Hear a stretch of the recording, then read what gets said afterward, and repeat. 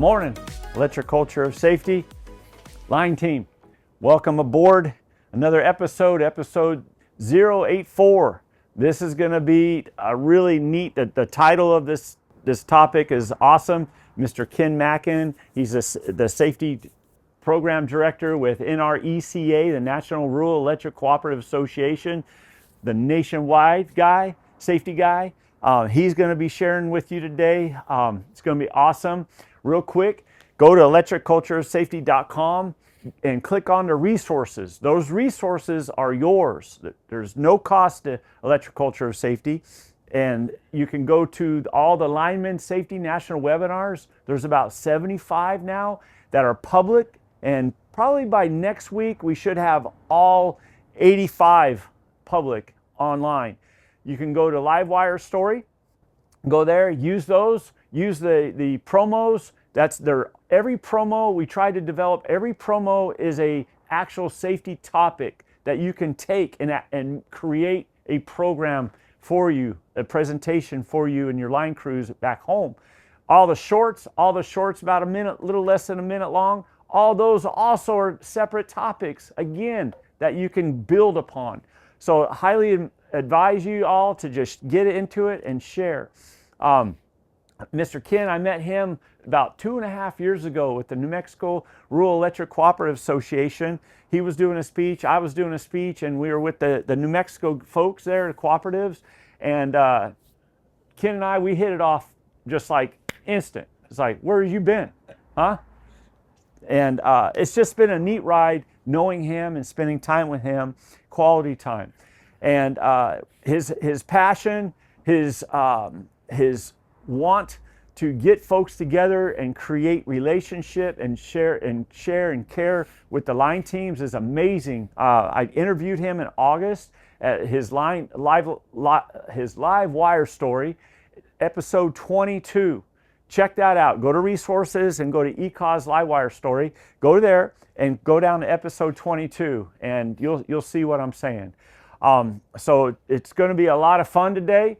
So welcome aboard, and Mr. Ken, thanks for being here, man. Thank you so much for having me, Brent. Man, I'm excited to be here. A little chilly today. A little chilly here in South Carolina, but I wasn't quite ready for that. But so glad to be here. So glad to share. Thank you for the opportunity to just share my heart. Really, just kind of share my passion for safety. Yeah, that's awesome. You bet. So let's go back. We got Mr. Ken here. Let's reverse engineer and let's go back. How did you get involved in the utilities, and how'd that all begin?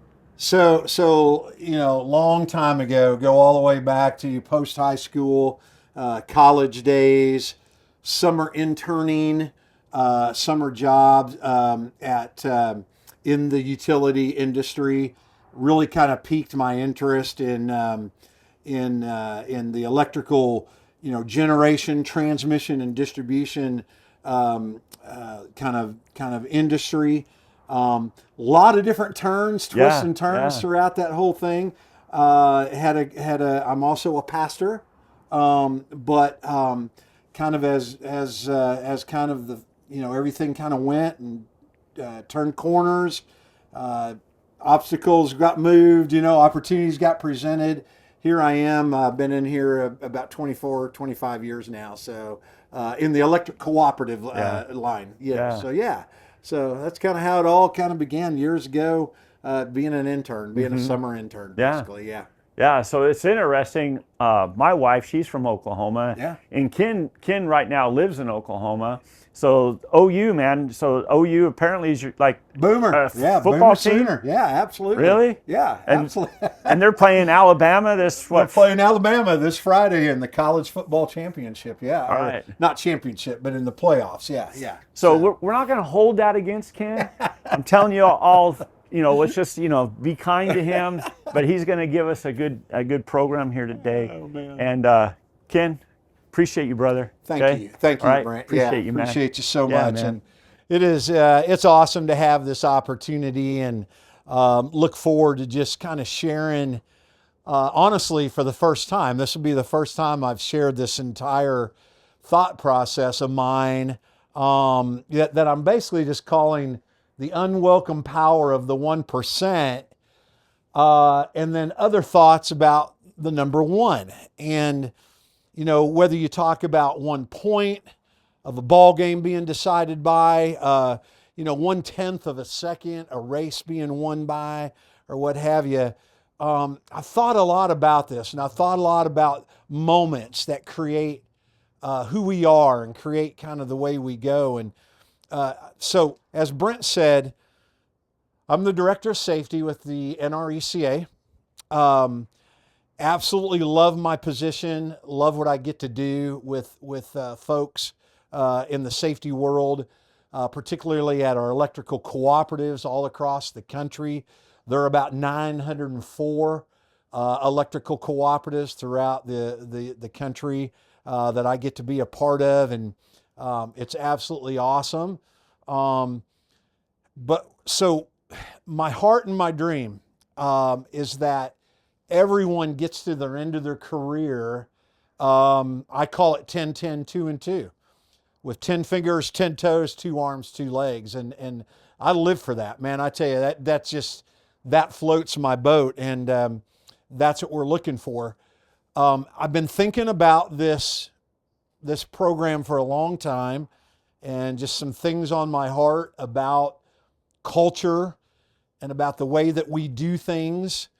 And I just want to share some of those with you today. And I called this, you know, the unwelcome power of the 1%, and some other thoughts about one, and just want to share some of these ideas that I have today about our culture and about the things that are hurting our guys or our people, our workers out there all across, you know, our systems and everything. And so that's what I wanted to share. Just really kind of just share my heart with you here today as we talk about this. So let's go ahead and jump in here. And when we talk about the power of one, I want to start out kind of, what I'm going to do is I'm going to start out kind of on the positive side of one, and then we're going to kind of look at more of the negative side of that unwelcome power of that 1%. And then I want to kind of jump back to giving us a challenge as we're that one person. So when I think about the power of one, and when I think about our industry, I think about one person, you know, you go back and you can look at people like Benjamin Franklin in the 1700s. You know, I mean, we talk about electricity today because people like Benjamin Franklin, you know, Michael Faraday in the 1830s, you know, he had electromagnetic induction, and we talk about induction and how that electromagnetic field in a transformer actually, you know, what makes everything kind of work. You know, look at those guys, that one person, and kind of what he did. When you look at Alessandro Volta, he invented the battery. You know, I mean, think about where we would be in this world without that one guy providing that first continuous source of electric current, that one person there. You think about Joseph Henry in the 1830s also, he independently discovered electromagnetic induction, you know, along about the same time Faraday did. And so that one guy, you think about everything that we've got here today because of these one people. Nikola Tesla, you know, developed the AC system. You know, you got DC, AC, and there's a lot of history behind all that. I want to give some props to my good friend right here in South Carolina, Micah Thompson.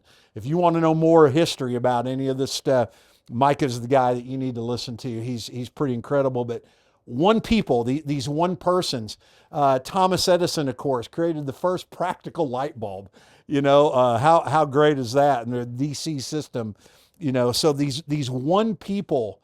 And then if you look in my realm with the electrical distribution and the development of cooperatives, you know, the Rural Electrification Act back in the 1930s, Franklin Delano Roosevelt, you know, initiated the federal action to get that act going. That one guy with what he did, the power of that one person.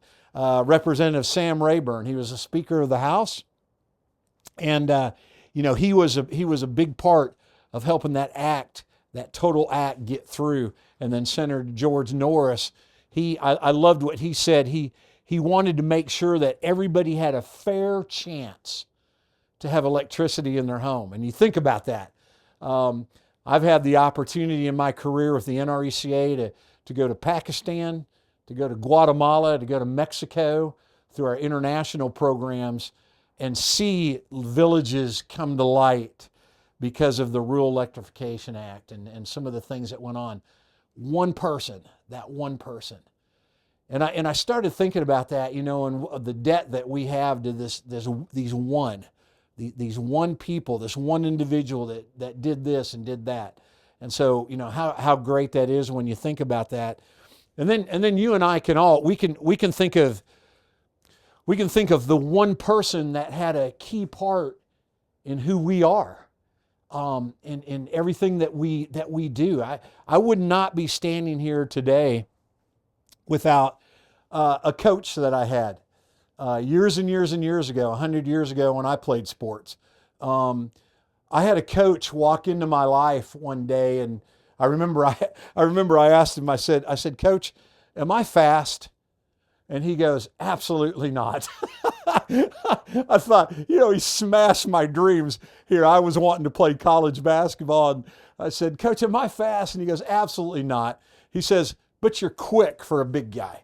And so I took that. I took that and ran with it. But that man was more of like a father to me. And those of you all that have heard me speak before, I've talked to you about coaches that build that dynamic within you and give you a safe place to play. You know, I know Brent talks about creating a safe place on the crew or on your team. That's so vital. That is so vital. And my coach gave me a safe place to play and a safe place to grow and a safe place to grow into the young man that I was back then. And I think of that one person that just stepped into my life. We'll talk more about that here a little bit later.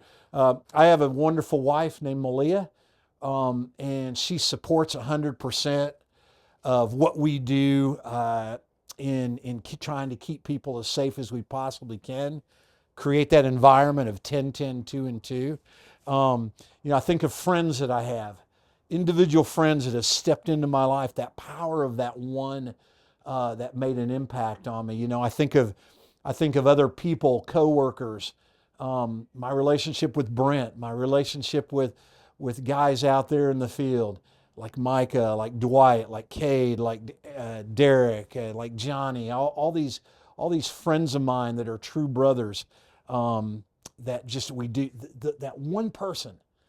And there are many days when I may receive a phone call from one of those guys, and you know how this is. We'll receive a phone call from somebody, and it changes everything. It just makes our day worth living, you know. And all those people kind of step in, and just that power of that one positive impact. And then friends in this field. I've learned so much over the years about areas that I would have never dreamed I would know, and it's all because of the people that have stepped into my life, that power and that impact of one. So I definitely wanted us, when I talk about the unwelcomed power of the 1%, I definitely want us to start on a positive note and how important that one is to each and every one of us and what we're doing. So, you know, when you think about your life and you think about where you're at, whether you're an ops manager, whether you're a line superintendent, you know, whether you're a substation tech, whether you're a protective relaying meter tech, whatever it is you do, you think, you know, don't forget those people that made that impact, that positive impact. And there may be an opportunity to go back and just thank them for what they did. But man, what a powerful thing. And so that's the positive side. Now I want us to talk about some numbers that I think impact all of us. And this, I'm going to talk to you about numbers in my world, in the electric cooperative stuff. And as the National Director of Safety for our co-ops, these are numbers that you know, keep me awake at night, honestly challenge me, honestly, you know, help me want to be the very best I can be so that I can step into other people's lives. And even doing this video today, and I so love these videos that Beer Meters do and Ecos does, and it's just a testimony of other people wanting to help other people be as safe as they possibly can be. We're all in this thing together, no matter who you work for. We're all in this thing together, and I love this effort of what we're doing. But a couple numbers that I want to share with you today. This 99%. I feel as the National Safety Director for NRECA, I feel like when I look at all the work that's going on at our cooperatives, I feel like 99% of the time, and I don't know the exact percent, but a large percentage of the time, I feel like our guys are doing excellent work. I feel like they're getting up in the morning, they're dedicated to their place of employment, they're dedicated to their crews, to the other people that they're working with, the other people that are going to go out there on that truck with them, be in the bucket with them, be on that job site together. I want you all to hear me. I feel like most all the time we are hitting it out of the park. We are hitting home runs, and we're doing absolutely excellent work. And where I came up with this title today is, and again, I don't know if it's exactly 1%. Brent and I were talking about that last night. It might be a little higher, but for the purpose of this, I called it 1%, so we got to say 1%. So that 1% of the time, though, it's just an unwelcomed percentage point that something goes wrong. Something just doesn't go right on the job. I got to tell you, just to be as vulnerable as I possibly can, I've had those moments on jobs where I've been part of the 1%, where my head wasn't all the way in the game that day, or I rushed a step, or I missed a step in a switching order.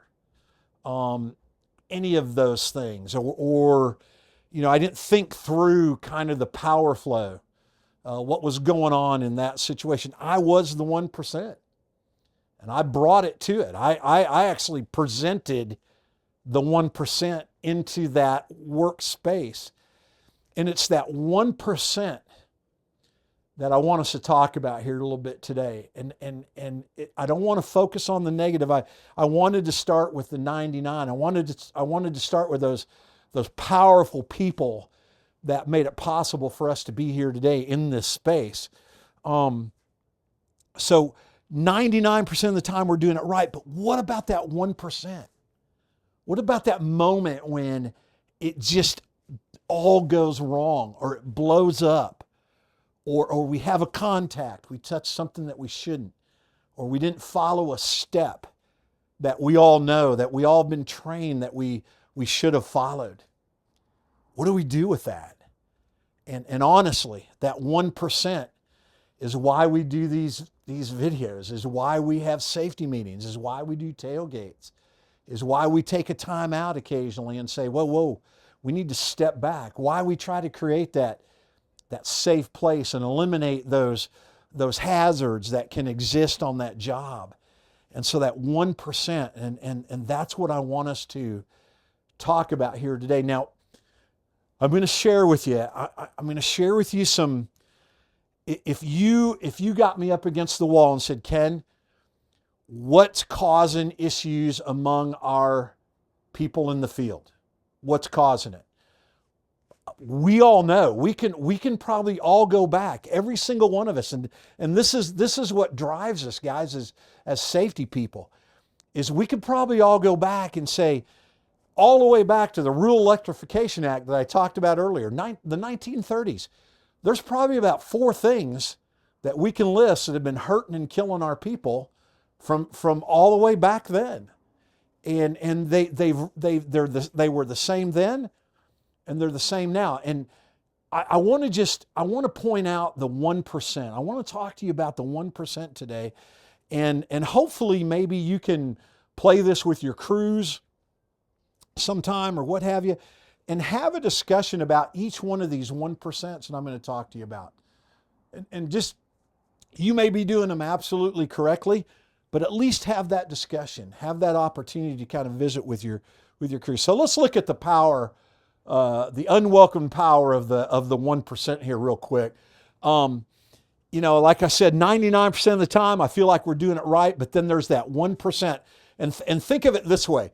What if you just boarded an airplane, and you know how they always kind of come on and, hey, welcome, this is your captain. I'm glad you're with us here today. Thank you for flying. And what would you feel like if they said, we're so glad that you're flying, you know, Delta Airlines today. We're 99% of the time, we're totally successful. We only crash 1% of the time. Are you okay with that? I'm not. I don't feel real good about that. Or you know, thinking about 1%. What if you're getting a knee replacement? I've had one, you know, several years ago, and you're getting a knee replacement, and the doctor comes in and they talk to you a little bit about the surgery, and they say, well, 99% of the time it goes real well. 1% of the time it's a total failure, and you'll probably have to have this again. You good with that? You know, that 1% of the time. Or what if your pharmacy has a 1%, you know, rate where they don't fill the right prescription? And let's say you're going to get, you know, a prescription to kind of help you get over a cold, and you take a hair loss pill or something. I don't know, whatever it is. What if you have a 1% defect rate? Or what if the company that you work for messes your pay or your benefit structure up 1% of the time? You okay with that? No. You know, we're all probably saying no, we're not. And that gets personal, Ken. Those are personal things. But why is it any different out on the job? Why is it any different with some of the things that we do out on the job site? So I want us to look at that a little bit deeper with these numbers as our foundation. These numbers right here. The unwelcome power. What's 18 and 1? What is 18 and 1? Well, right now in the electric cooperative life, in my world, in my arena, in the tracking that we do right now on this day here in December, we've had 18 electrical contacts of the co-ops that we follow. 18 electrical cooperatives. And the one there, it's interesting, that's one, the unwelcome power of 1%. The one, we've had one fatality right now. And these are employees within our co-op structure, 18 and 1. I said to you a little bit ago, and I think 99% of the time we do it well. But what about these numbers here? That's that 1%. That unwelcome power of the 1%.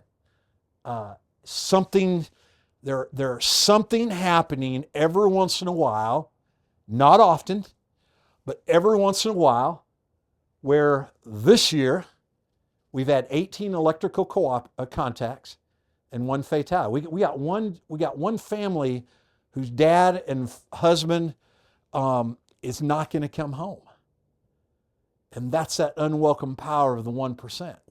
What's causing this? We have a program with NRECA called Commitment to Zero Contacts. That's my heart. That's my belief. I believe we can get there. I believe we can have a year where we say we had no electrical contacts this year. We had nobody have a fatality. Commitment to zero contacts to get rid of these numbers right here. And so what is causing this? And this is where I want to share my heart with you today. Because like I said, if you put me up against the wall and you said, Ken, what do you think is causing this? What do you think the 1%? What's taking us there? I want to share with you what I'm seeing across the country. And I travel every week. I travel almost every day. And I see it all across the country of this unwelcome power of the 1%. And I want to share some scenarios with you today. And again, I want to just ask you, share this with your crew. Stop the recording when you get to each one of these and ask your crew where they're at in their work practices out in the field on the 1%. So let's take a look at some of these. some real scenarios looking at the unwelcome power of the 1%. So what if 1% of the time we settled for the status quo? We just said, well, it's just the way it is. It's just the way it's going to be. This is the way you can talk about it however it is. It's just the way our crew operates. It's, we don't have everything we need to do this job the way that we need to. We're just go do the job. Go get it done. What if 1% of the time we settled for that? We did that. Rather than 100% of the time pushing for excellence and coming together as a team and talking about this. And if there's something we don't have, just say, we're not gonna start this until we get it. We're not gonna do this until we have that full clearance. We're not gonna do that until we get that visual open. We're not gonna begin this until we've ran the entire line out. Not just settle, but what if 1% of the time we settle for the status quo? Are we? Here's the question I want to ask you: are we all in? Are we 100% in this thing that we really mean that we hear all the time about safety? Don't just give it lip service. Are we really all in for all that we do? So what if we did that? Here's another one I want to ask you. What if 1% of the time we were okay with not obtaining all steps of our lockout tagout process? What if 1% of the time we said, well, it's an outage, it's kind of late at night, I can see my visual opens, I've got those, I'm only going to be here for a while, I've got my grounds up, but we're not going to tag because we're only going to be here for a bit. What if 1% of the time we skipped a step? Are we okay with that? Are we okay with that? And I just want to tell you again, kind of let me share with you again where these are coming from. These are my experiences throughout the country in my realm of that 1% that I'm seeing. These are some of the unwelcome percentage that we're seeing. And so I just want to ask you, again, after each one of these, stop, talk to your guys. What are your steps for lockout tagout? Let them list them. What are we getting our visual opens? Are we testing for voltage? Are we testing our testers? Are we putting our grounds? Are we working in between our grounds? Are we putting tags up? Are we doing all the steps that we need to do? What if 1% of the time, you might say, man, Ken, I tell you, we're on it. We got this. We got this. But what if 1% of the time we didn't? Are we okay with that? And so looking at another one here. What if 1% of the time someone on your crew did not feel safe to speak up when they got that gut feeling about something on the job? And I talk about it all the time with our guys is that gut feel, that gut feel like something's not right. Something just isn't feeling right about this. I'm not comfortable. I'm not sure on the power flow. I'm not with the direction. I'm just, something doesn't feel right. Are we okay with every person on that crew, from the most seasoned person to the newest apprentice on that crew? Are we okay with anyone at any time saying, whoa, wait a minute, guys, we need to get a time out here. We need to step back and we need to, can I ask you a question on this? Can I share with you I'm getting a gut feeling about this. And what if 1% of the time you had something on your crew or a dynamic on your crew where that person didn't feel safe to do that, or that person didn't feel like they had the opportunity or the right to do that? Or, where are you at? Where are we at with this in developing that safety on that crew? What if 1% of the time we had that mindset, and I've heard this, we've had that mindset that I don't need more cover up here on this job, because you know what, man, I've been doing this a long time. I'm an 18-year journeyman lineman. I can do this blindfolded, and I don't really need any more cover up in that zone, knowing there are those differences of potentials. You know, why do we use cover up? We use cover up to cover up those differences of potentials, right? And so that when we're in that zone, we've got everything covered up with extended reach if there was a fall and there was a flailing. And so what if 1% of the time we said, I don't need any more cover up. I'm okay. I'm good. Are we really good? Are we really okay with that? And remember, if you put me up against the wall and said, Ken, what are you seeing as what's hurting or killing our guys? What's that 18-1? It's these right here. What if 1% of the time we didn't do this? And we just said, no, I'm good. Hey, let me send some more cover up to you. No, I'm good. I'm all right. Are we really okay with that? And man, I tell you, just again, stop it right now. Talk about what's your policy on your cover up, on covering differences of potential. Are you using enough?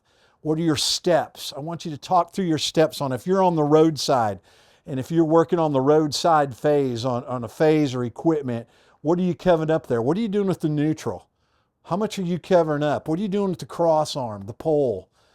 Things of extended reach. Or if you're working on the field side phase, on the road side, how much are you covering up? Are you covering up as you're going in and then take it up as you get? What are you doing? Stop right now and just talk about what's your company's practice on your cover up, because 1% of the time is too much to take a risk in this area on your crew. Do you know the fact, I in that last slide, we talked about, it seems like when you talk to some not all, but some guys that have been in it for a long time, it seems like they use less cover up. And do you know, the average age for linemen having contacts in our industry is 35 years old. It's not necessarily the newer guy. That's a 16 to 18-year journeyman lineman. And so, it's just not worth taking that risk in that unwelcomed 1% of the time. What if 1% of the time people didn't feel safe to say that they were having a tough day? We talk about mental health out there on the job sometimes. This job presents enough risk without having the added risk of putting someone in a position that they're not comfortable with today, because life happens. And so I think it's so important just to look everyone on our crew in the eye and just say, how you doing today? How are things going? Just being able to kind of get below that surface and get beyond the rules and the regulations and get into the relationship. So just, 1% of the time, just getting people to the point where we can visit and where we can talk. Let me ask you this: what if 1% of the time we didn't use a designated observer while doing hot work? And you know what I hear, the main reason most of the time, the reason I hear more than any time is, well, Ken, our crew's is not big enough. We don't have a big enough crew to have a designated observer all the time. Well, then I think it's time just to stop, get that time out, and talk to the ops manager, talk to your management about what can we do to maybe combine crews on those days when we have a hot job, or what can we do to maybe have another person on our crew to where we can have a designated observer. The number one thing we hear when there's an incident and someone goes down with a contact while hot work was going on, we go out and we do an investigation. The number one thing we hear is, when we say, well, what happened to the guys on the ground? They come back with, we don't know. We didn't see it. We didn't see what happened. And so when we take our eyes off the work, it's one more piece of a risk that's added to that. So are you okay with, yeah, well, 99% of the time we have a designated observer. What about that 1% of time that goes on there? What if 1% of the time we pencil whipped a tailboard meeting in a hurry to get the lights on? We got to get the lights back on. So we're, it's an outage. We're probably not going to do a tailgate. And we kind of pencil whip the thing. Do you know what we have found out in our industry? If we say if safety is not your top priority of the co-op, what is the top priority? It still continues to be getting the lights back on, getting the power on. Making sure our restoration times are good. Katie and Sadie on your Form 7s in our world. We measure that, but that can't become priority over doing the job safely. So just another 1% of the time. Here's just to kind of finish this up here. What if 1% of the time we didn't put our rubber gloves on or back on for one reason or another? I don't know what the reason is. But I know this. Can I just share with you? I shared with you 18 and 1 earlier, 18 contacts. I can tell you that number would be 0 if we would have had gloves on in any one of those situations or put them back on. I've had friends that have contacts that don't have arms, that have legs or hands today because they had their gloves on at one moment, they got hot, they boomed out, they poured their sweat out of their gloves. They boomed back in, got right into the job, and had a contact. Where were their gloves? Right here on their tool board.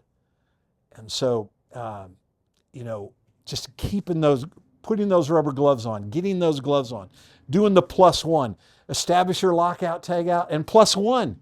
What's it hurt? What's it hurt to put those rubber gloves on? So that power of that 1%. That unwanted 1%. Guys and gals, that's my heart. That's what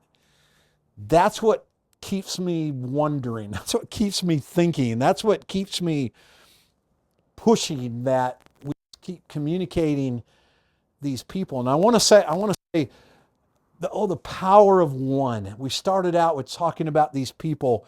What a difference one person can make. What a difference you can make. What a difference I can make. And I want you to know, this is our time. This is our moment to be that one person that makes a difference.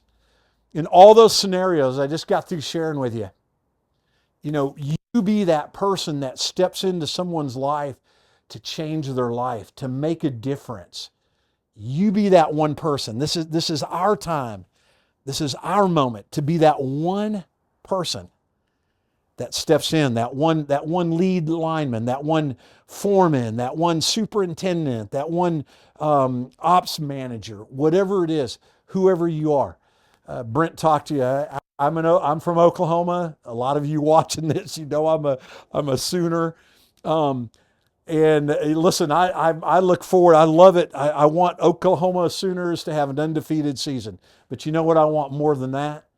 I want us in this industry to have undefeated years where we can stand up and we can say, we defeated the unwelcome power of that 1%.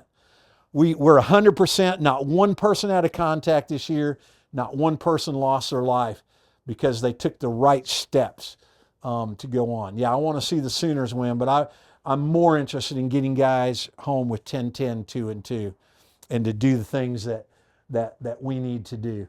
So here's our fact.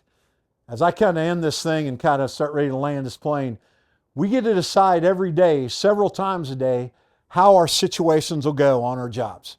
We get to decide that. And I want to share a little story with you. I put on here, you and I are the ones that keep the cat out or let the cat in. We live in the country, in the woods in Oklahoma. We live in rural Oklahoma. And we have an indoor cat. we really love our indoor cat. She's spoiled and it never goes outside. She's fat and just lays around and eats all the time. That's all she does. She's an indoor cat.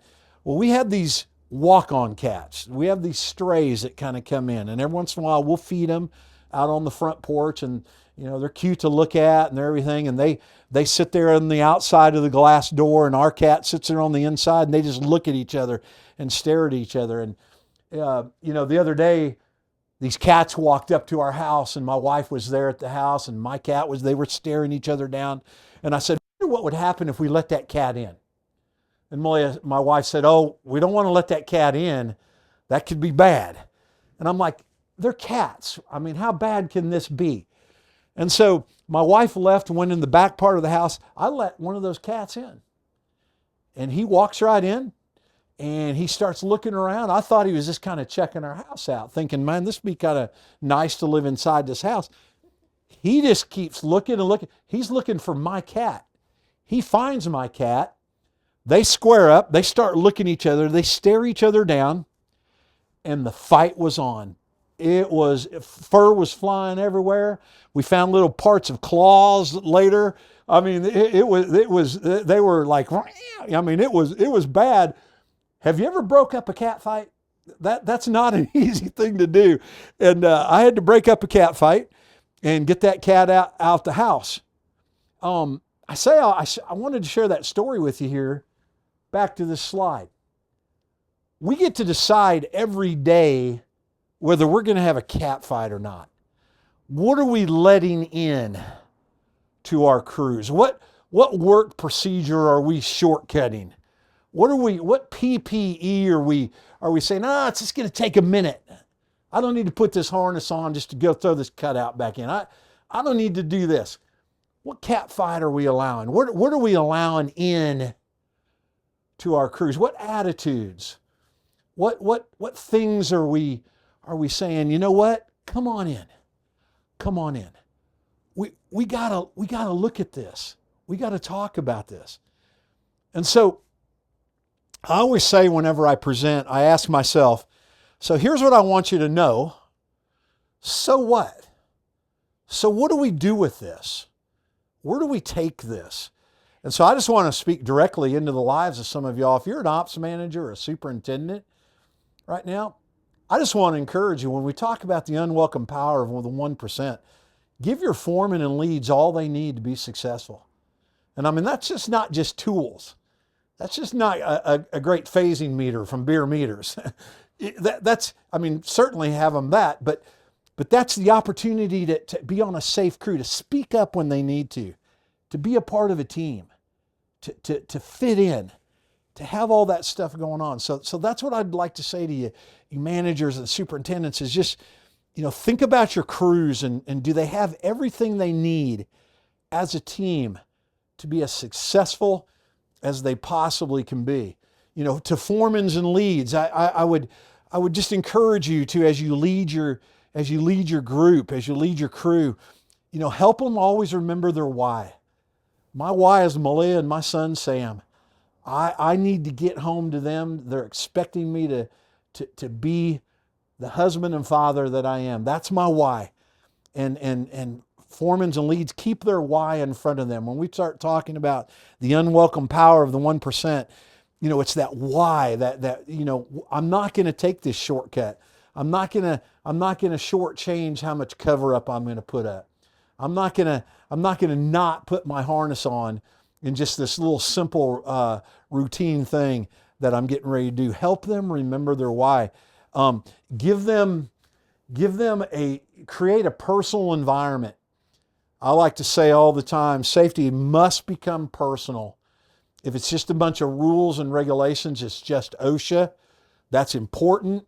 But if that's all it is, we're missing a huge part of what we can do on our crews. And then lastly, create a safe environment for them to speak up, to be heard, to have their voices matter, to take ownership in what they're doing on that crew. So what? So get a timeout when you see a safety critical element that is not functioning properly. And Brent talks a lot about these in the reinvented, the safety wheel reinvented. He talks about these SCEs, these safety critical elements. It's stuff like we're having excuses, or we're blaming people, or there's complacency, complaints, defensiveness, all these. When you see these, you got to get a timeout. And you got to get your crew back here, and you've got to talk about these things and what's causing these. What areas that we need to sharpen up on. Guys, these areas right here, these areas that we're looking at right here will cause you to lose a crew quicker than anything, I believe. And so get that time out. Dick Vitale, basketball sport, he always, you better get a TO, baby. And get that time out on your crew to be able to talk about it and to get that crew back. Don't let the cat fight happen. Don't open the door and let the cat in, because you're not addressing these things. These are elephants in the middle of the room that you need to visit with, and you need to talk about in creating that safe work environment that you've got to. They will affect the 1% and the 99%. So my challenge to you as we end our time here today is be the one. And we've talked a lot about one today. Be one that eliminates the 1%. And what I'm looking for all across the country is people, men and women, that will stand up and have this not on my watch mentality. We are not going to let the cat in on my watch. We are not going to let these things continue to be the 1% that hurt and that affect our crews. It's been so great being able to share with you all today. I want to thank Brent again and ECOS and just absolutely love this process. Y'all, I want to say it again, we're all in this together. And man, let's do everything we can as a team, healthy and whole, to keep our people 10-10-2-2. Thank you so very much.